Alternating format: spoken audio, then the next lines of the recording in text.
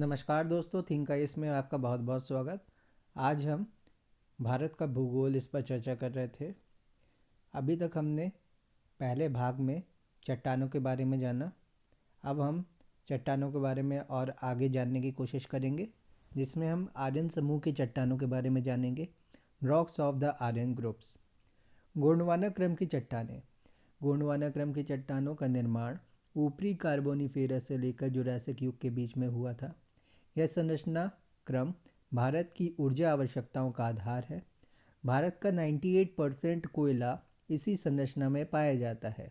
गोंडवाना क्रम की चट्टानें मुख्य रूप से बिहार, झारखंड, मध्य प्रदेश, छत्तीसगढ़, आंध्र प्रदेश, उड़ीसा तथा महाराष्ट्र में पाई जाती हैं। गोंडवाना क्रम की चट्टानों को ऊपरी गोंडवाना एवं निम्न गोंडवाना में वर्गीकृत किया जाता है। महादेव, राजमहल, जबलपुर एवं उमरिया श्रेणी ऊपरी गोंडवाना क्रम के अंतर्गत, जबकि तालचेर, दामूदा एवं पंचेत श्रेणी को निम्न गोंडवाना क्रम के अंतर्गत सम्मिलित किया गया है। अब हम दक्कन ट्रैप क्रम की चट्टानों के बारे में जानते हैं। प्रायद्वीपीय भारत में मीजोजोइक युग के अंतिम काल में ज्वालामुखी क्रिया प्रारंभ हुई। दरारों के माध्यम से लावा उद्गार के फलस्वरूप इन चट्टानों का निर्माण हुआ। दक्कन ट्रैप का निर्माण क्रिटेशियस से लेकर इयोसीन काल तक माना जाता है। इस संरचना का विकास लावा के प्रवाह के फलस्वरूप सीढ़ी नुमा आकृति के रूप में हुआ। यह संरचना बेसाल्ट एवं डोलोमाइट चट्टानों से निर्मित है। इन चट्टानों के विखंडन से ही काली मिट्टी का निर्माण हुआ। दक्कन ट्रैप संरचना महाराष्ट्र के अधिकांश भागों, गुजरात, मध्य प्रदेश, तमिलनाडु व आंध्र प्रदेश के कुछ भागों में पाई जाती है। चलिए अब टर्शरी क्रम की चट्टानों के बारे में जानते हैं। टर्शरी क्रम की चट्टानों का निर्माण इयोसीन युग से प्लायोसीन युग के मध्य हुआ है। इसी काल में हिमालय पर्वत श्रृंखला का निर्माण हुआ। इस काल की चट्टानों में उत्तर पूर्वी भारत एवं जम्मू कश्मीर में निम्न स्तरीय कोयला भी पाया जाता है। हिमालय प्रदेश एवं गढ़वाल हिमालय में चूना पत्थर के निक्षेप पाए जाते हैं। इस संरचना का विस्तार कश्मीर से लेकर असम तक है। चलिए अब क्वाटरनरी क्रम की चट्टानों के बारे में जानते हैं। क्वाटरनरी संरचना सिंधु एवं गंगा के मैदानी भागों में पाई जाती है।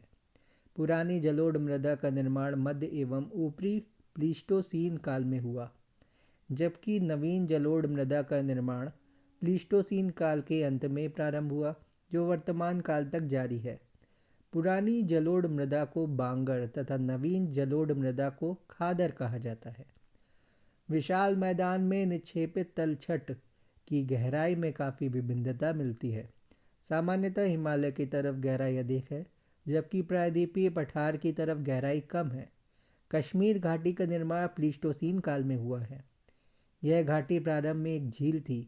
नदियों द्वारा मलबों के निरंतर निक्षेपण के फलस्वरूप यह मैदान में परिवर्तित हो गया है। भारत की भौगर्भिक यानी भूगर्भिक संरचना के अध्ययन से यह विदित होता है कि यहाँ प्राचीनतम से लेकर नवीनतम काल की चट्टानी या भूगर्भिक संरचना पाई जाती है। चलिए अब भारत के भू आकृतिक प्रदेश यानी फिजियोग्राफिक रीजन्स ऑफ इंडिया, इसके बारे में चर्चा करते हैं।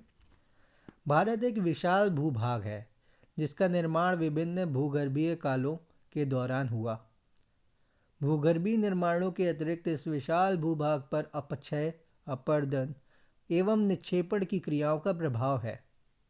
अति प्राचीन संरचना होने के कारण प्रायद्वीपीय पठार काफ़ी अपरदित हो चुका है, जहाँ काफ़ी अवशिष्ट पर्वतों की अवस्थिति है। नवीन मोड़दार पर्वत होने के कारण हिमालय पर्वत का उच्चावच अति विषम है। विश्व की सर्वोच्च चोटी एवरेस्ट तथा विश्व का सबसे गहरा गॉर्ज बुंजी यहीं स्थित है। अब बुंजी भी, जिसको रिप्लेस किया जा चुका है नेपाल के ही दूसरे गॉर्ज के द्वारा। नवीन निक्षेपित संरचना होने के कारण उत्तर का विशाल मैदान विश्व के सर्वाधिक समतल मैदानों में से एक है। भारत को स्थलाकृतिक विशेषताओं की दृष्टि से 5 प्रमुख भागों में बांटा जाता है, जो निम्नलिखित हैं।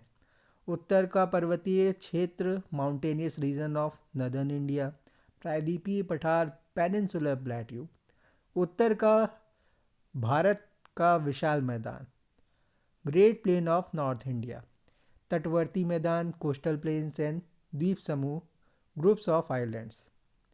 इसके बारे में हम आगे चर्चा करेंगे। धन्यवाद।